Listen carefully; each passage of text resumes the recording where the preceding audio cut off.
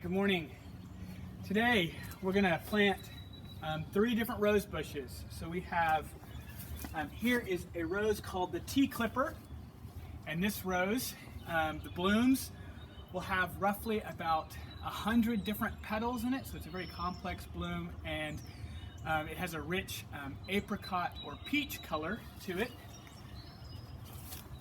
This one is called Gentle Hermione, and this one is a bright pink blossom with about 125 different petals. So again, a very complex, very fragrant rose. And this one is called Golden Celebration, which is a yellow rose that has about 85 different petals to its bloom. So it's a little more open and will bloom roughly about 4 inches across in diameter. To plant roses, there are some things that you need to know. Roses love really rich soil, and it has to have good drainage. So roses don't like what they say, they don't like their feet wet. So their roots don't like to be sitting in water. So one thing that you got to make sure when putting roses in a pot in particular is that you have good drainage holes. And you can see that there are 4 big holes in this pot. Now, one thing that might be easy to do is just to think, oh, I'm just going to set this pot down right onto the soil, and that will work great for drainage. However, when the holes are up against the soil, it still takes a longer time for the water to drain out. So as you can see, I took some bricks and I made 4 little pedestals that the pot will sit on to allow the drains to drain freely. And because there's 4 holes, I just simply took some extra bricks I have laying around and a simple everyday hammer right in the middle, and it breaks into 4 easy pieces so you can space out to allow the drainage holes to be clear. So again, like I said, roses like very rich soil. So what we're going to do is we're going to put roughly 2/3 of this rich organic in container potting mix, and then 1/3 of this black cow manure. And we're also going to add some perlite, which will aid in the drainage process. It adds a different texture, and so the water will just drain out smoother. So we're going to open this bag, just cut across there. Don't forget your gloves, Mr. Tharp. Oop.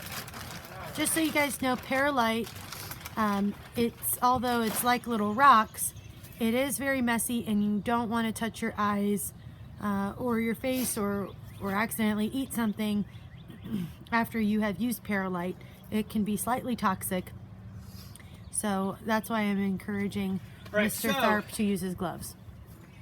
This bag, this pot, roughly filled about halfway through with just half of this bag. So we're going to put 1/4 of this bag and mix it in to keep that 2/3 ratio. Now, as you can see, I have a bandage on my finger because I had a burn the other night while I'm cooking. So as I reach in and scoop out this cow manure, I'm going to put on my gloves to keep my burn safe. What we're going to do is we're just going to reach in. Also, he's touching poop, so it's kind of nice to wear gloves if you're touching poop. So we've added our potting mix, we've added our black cow manure. Now we're just going to mix it up. And this is a terracotta pot, which means it will break easily. So you've got to be very careful when scooping into the sides. One reason why I like to use terracotta pots, even though they're a little more expensive for roses, is because in the wintertime, terracotta actually insulates better than plastic. So this is actually frost protectant. So that first sudden frost of the season won't actually kill your root system. It'll give you a buffer zone to when you can be sure to move these inside during the harshest part of the winter. So that's why we use these pots, but we got to be very careful not to crack them as we're mixing in our soil. So, Mr. Tharp, I have a question while Yes. you mix. Why roses? Why were you interested initially to have some beautiful roses here? That's a great question. I've always loved roses. One of the reasons I've loved roses is because they remind me of my family. My mother, we had wild roses at our house that I grew up in, but also my grandmother had a wonderful rose garden in her backyard. And to this day, when I smell roses, I think of my grandmother's house. And I love the fragrance, I love the complexity of the blooms, and their overall beauty just adds a tremendous piece, a spectacle, if you would, into any home garden. All right, the last thing we're going to do is we're going to add some of this perlite. Now I'm just going to open the bag up a little bit, and I'm just going to dump a little bit in there, and then mix this in. The soil's mixed, the perlite has been added, and as you can see, we still have soil about roughly 6 inches from the top of the pot. That's intentional. We were going to plant this rose at a depth of 6 inches, and then we're going to fill up the rest with soil.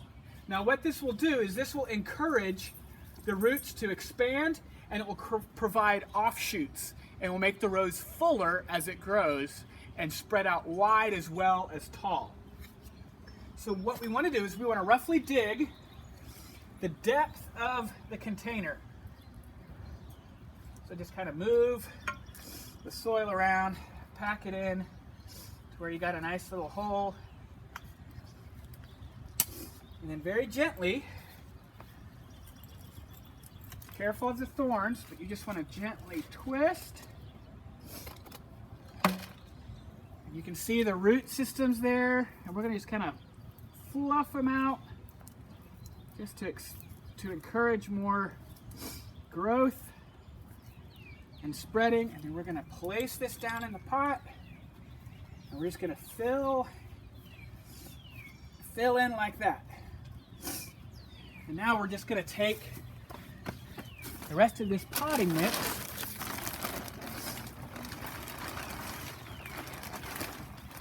that's our tea clipper rose, and it's going to love the sun. These are part shade plants, so they need about 6 hours of sun, which the morning sun will hit them right on this corner, and then afternoon they'll have some light part shade, which is perfect for roses.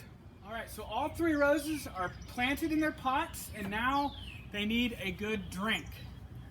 I'm going to add some root stimulator. This will help establish the roots so they'll grow faster, stronger, healthier.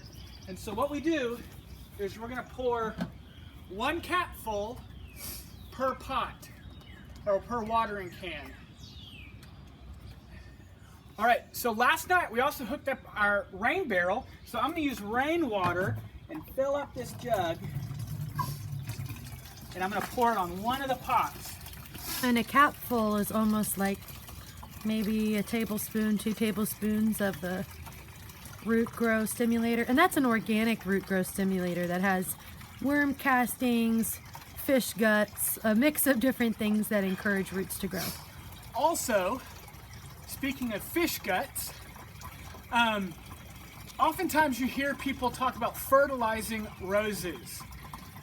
When you're growing roses in containers, stay away from time-released granular fertilizer. Use liquid fertilizer. The time-release fertilizers can actually be too powerful because they don't have anywhere to dilute into the rest of the soil, and it can burn up the roots. So always use liquid fertilizer on your potted roses. Good drink.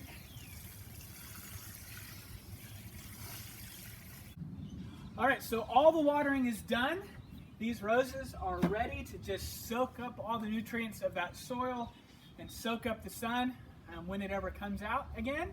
But one good thing to remember is when you're doing a garden project is to always clean up and pick up all your tools afterwards, scrub them down real good so you don't get any rust on them, but also wash your hands. We've used perlite, some cow manure, and it's always good to just clean up, wash your hands, scrub down real good, and remember, no matter what is going on in the world, it's always good to go out and do something.